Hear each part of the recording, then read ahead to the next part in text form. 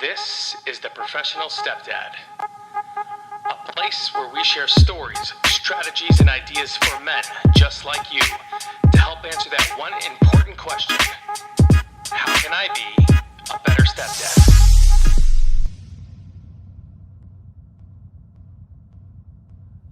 Welcome back to the Professional Stepdad Podcast. I'm your host, Franco Zavala. This is Wednesday Q&A, episode 18. Today's Wednesday Q&A is going to be focused on stepdad who I connected with over the last week about things that are happening within his journey. And that's basically what I do for the Wednesday Q&A. I reach out or I comment or I ask questions for gentlemen that are coming onto different sites that I belong to that are needing advice, assistance, to try to do what I can to simplify the process, right? Because being a stepdad is a very complicated process, but it's also a simple process if done correctly. Meaning, if you're doing the key things within your journey that will feed into one another, it will help build your growth and build your relationship with your family, right? So Nate is having a problem. Nate is dealing with a lot of jealousy and anger and distancing himself from situations, which is not good because, hey, Nate, just so you know, man, all stepdads do it.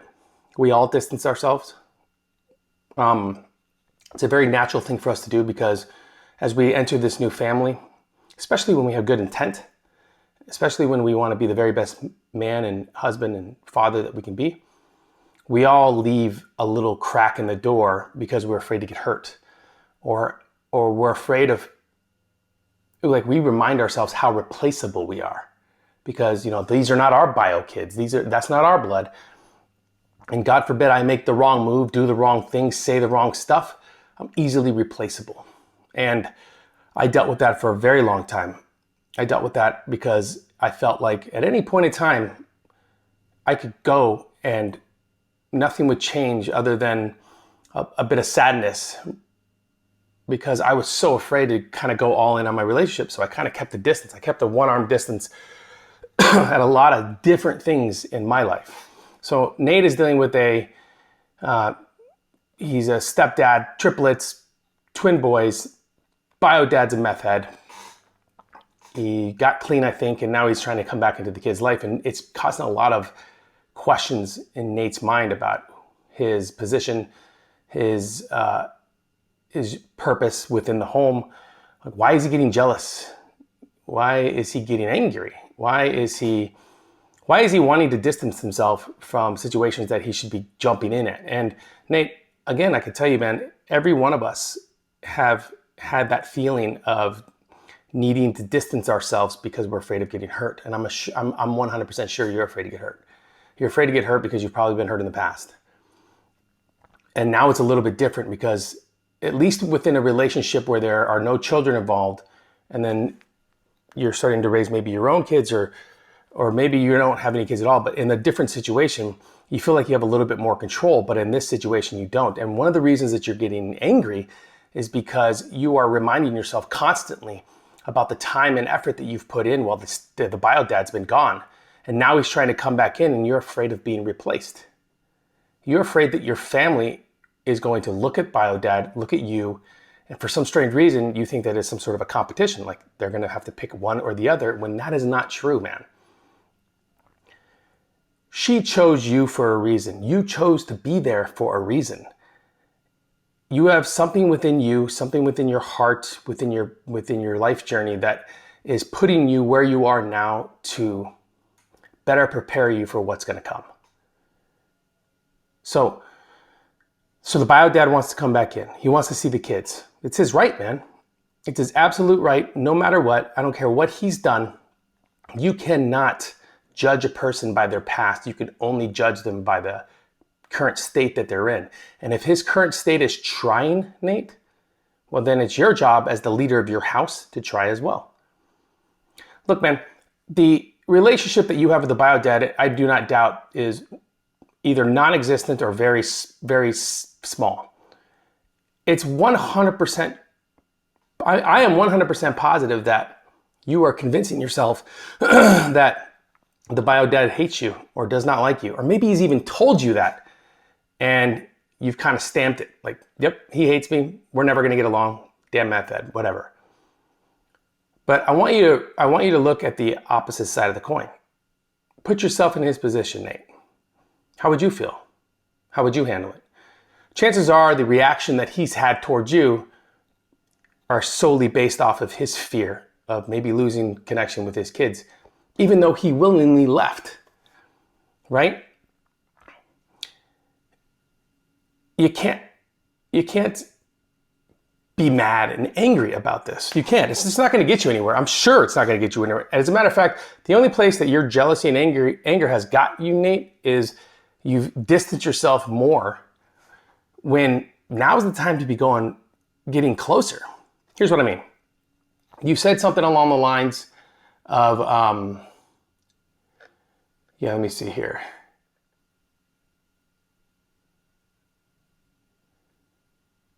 When it comes to the morning times, here we go. Also, if the bio dad was still alive, would it change how well you adapt to the situation? No. He's asking about my situation, guys, because the bio dad in my scenario was not alive. So I did not have to deal with a bio dad. But what I had to deal with is bio aunts, uncles, brothers, sisters, grandparents. Instead of having like one guy hating me, I had an entire clan hating me. And I had to navigate my way through each and every one of their personalities. Almost drove me crazy. Okay, here we go. He's talking about cuddling. This is interesting. When it comes to morning times and the kids bang on the door, mom will go let them in and bring them into our bed until they want to go to the living room. The other boys wake up, etc. I feel like sometimes I should cuddle with them in the bed with their mother because I feel like I may be overstepping my boundaries as a stepdad in that matter. And the fact that the bio dad is still around and in the picture. Like today, right now, I am about to get in the shower to go to work and early rather than lay with them in the bed and cuddle. So Nate, you are missing out on growth opportunities with your children. So watch how I speak about your children. I'm speaking to you about them as if they're yours because you stepped up to the plate. Sure, they're not yours by blood. Sure, they're not yours. They don't have your DNA, Nate. But what they can have is your values. What they can have is your work ethic. What they can have is your humility and patience and empathy and whatever other standard, feeling that you have, not standard feeling, what's the word I'm looking for? Whatever other values you instill within the home. They can absolutely have that. I know this, Nate. I've got a 19-year-old daughter. When I came into her life, she was 9. She was very much her father before he passed, so she was connected with him, Nate. Nate, breaking through that secure box around her was not an easy task by any stretch of the word. She was absolutely 100%, other than the parents and the grandparents, hardest to get through. But she's the one I most cared to connect with. And the reason that I wanted to connect with her the most is because I needed her to see that I was there for a reason and I was there to be there. I wasn't there to just come and go. I wasn't some fly-by-night stepdad. I went all in. So you're missing out on an opportunity to cuddle with your boys because you're creating moments for them, man. Not only that, you're creating moments for you're scared of being replaced by your wife and the bio dad coming back into the picture. Do you think it's going to help you by distancing yourself? No. The further you distance yourself, sure, you're keeping everybody at arm's length because you feel like you're protecting your thoughts and your feelings, but because you're making it all about you, man. I mean, really go back and look at what you wrote me. It's all about you. This is you. Where's the them?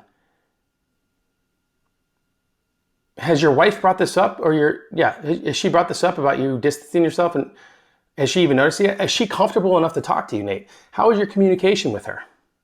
Do you have that open communication where if she doesn't feel like something's right, she can approach you and talk to you? Guess what? My wife, until like 3 years ago, did not feel like she could approach me because she was so afraid that I would get, I guess, upset, mad, condescending. I come from a very condescending family. My dad was extremely condescending. My parents were married and I grew up. People say, well, you're lucky. You grew up with a mom and dad. They're still married. Yeah, I'm very lucky to have a mom and dad who are still married. But they were not there. They weren't present. They were alcoholics. I was raised by my sister, who was nuts. I still love her. But my sister had to grow up so fast that, even till this day, she's a leader in her own home. She just was born like that. But you're missing out on the opportunity, Nate. You're missing out on the opportunity to build moments, to create moments for the kids. You think the kids see you as bio or stepdad because you've associated the word step with could leave or replaceable. Step doesn't mean replaceable.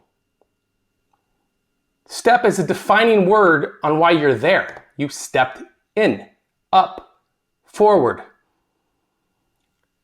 But you've allowed your life and you've allowed the narrative of what we're taught as kids and as growing up. I mean, we both know this, Nate. When we were growing up, you heard the word step and it was immediately connected with something evil, inhumane, crazy. I mean, all these TV and movies teach us this, Nate.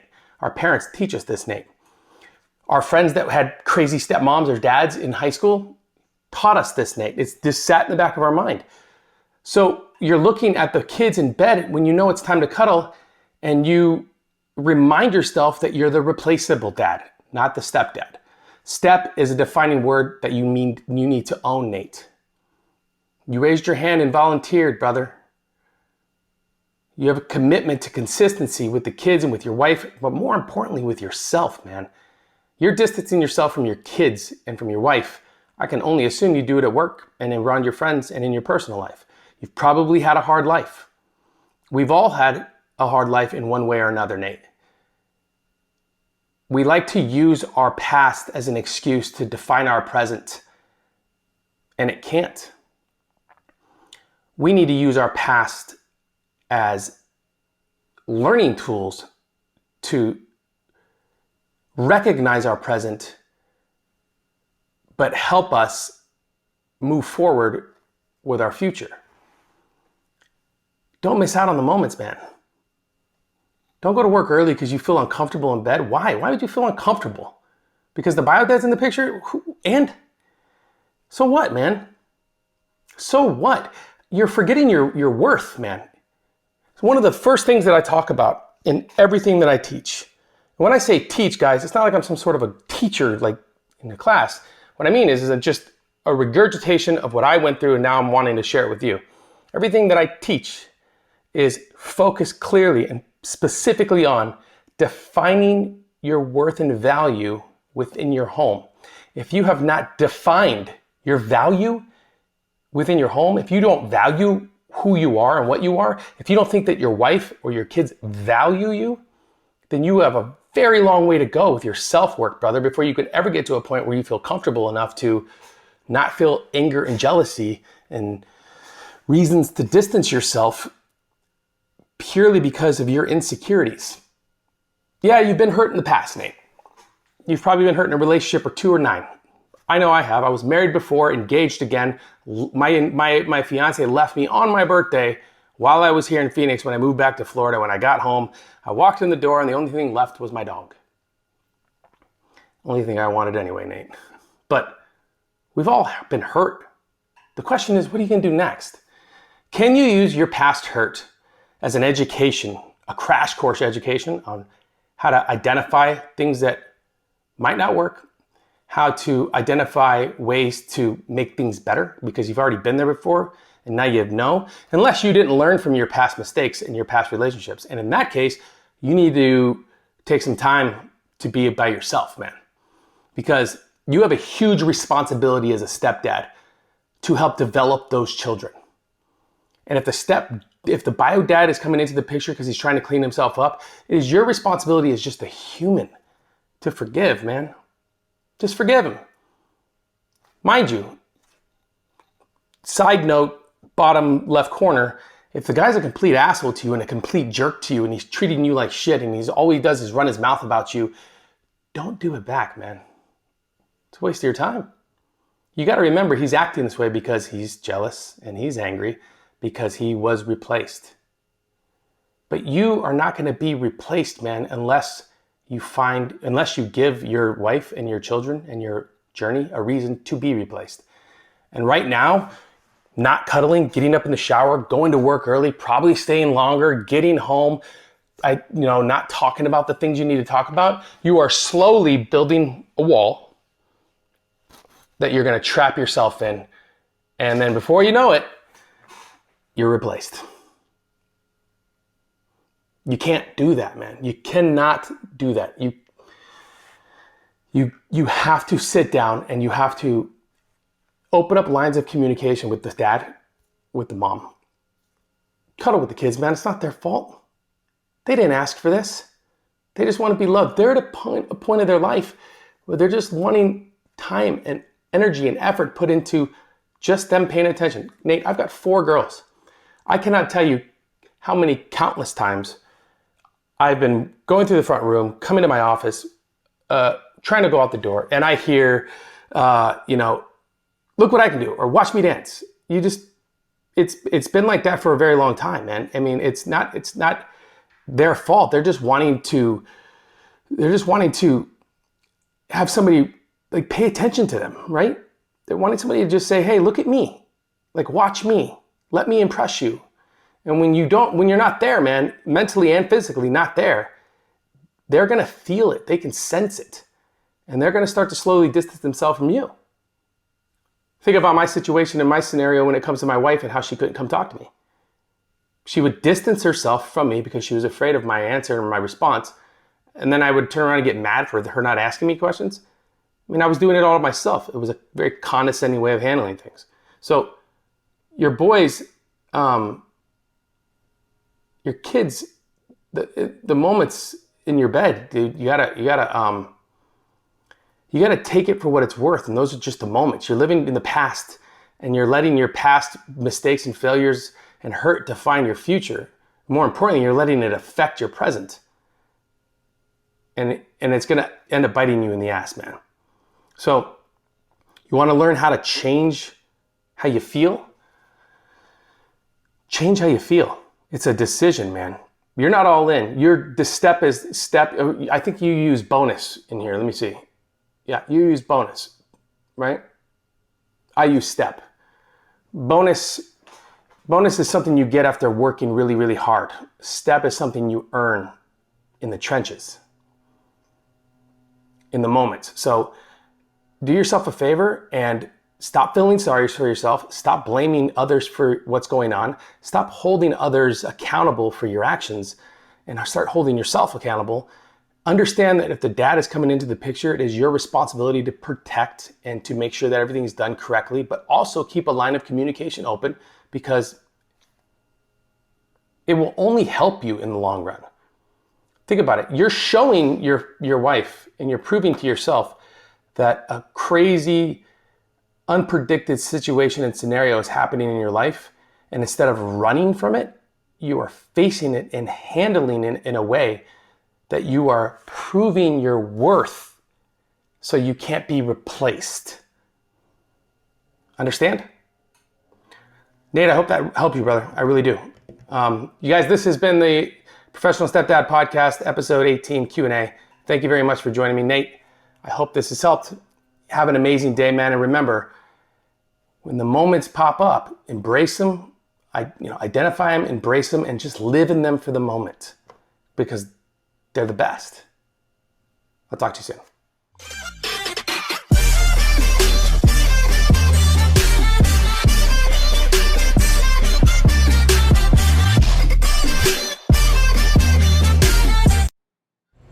Quiet on the set, please. Thank you, everybody.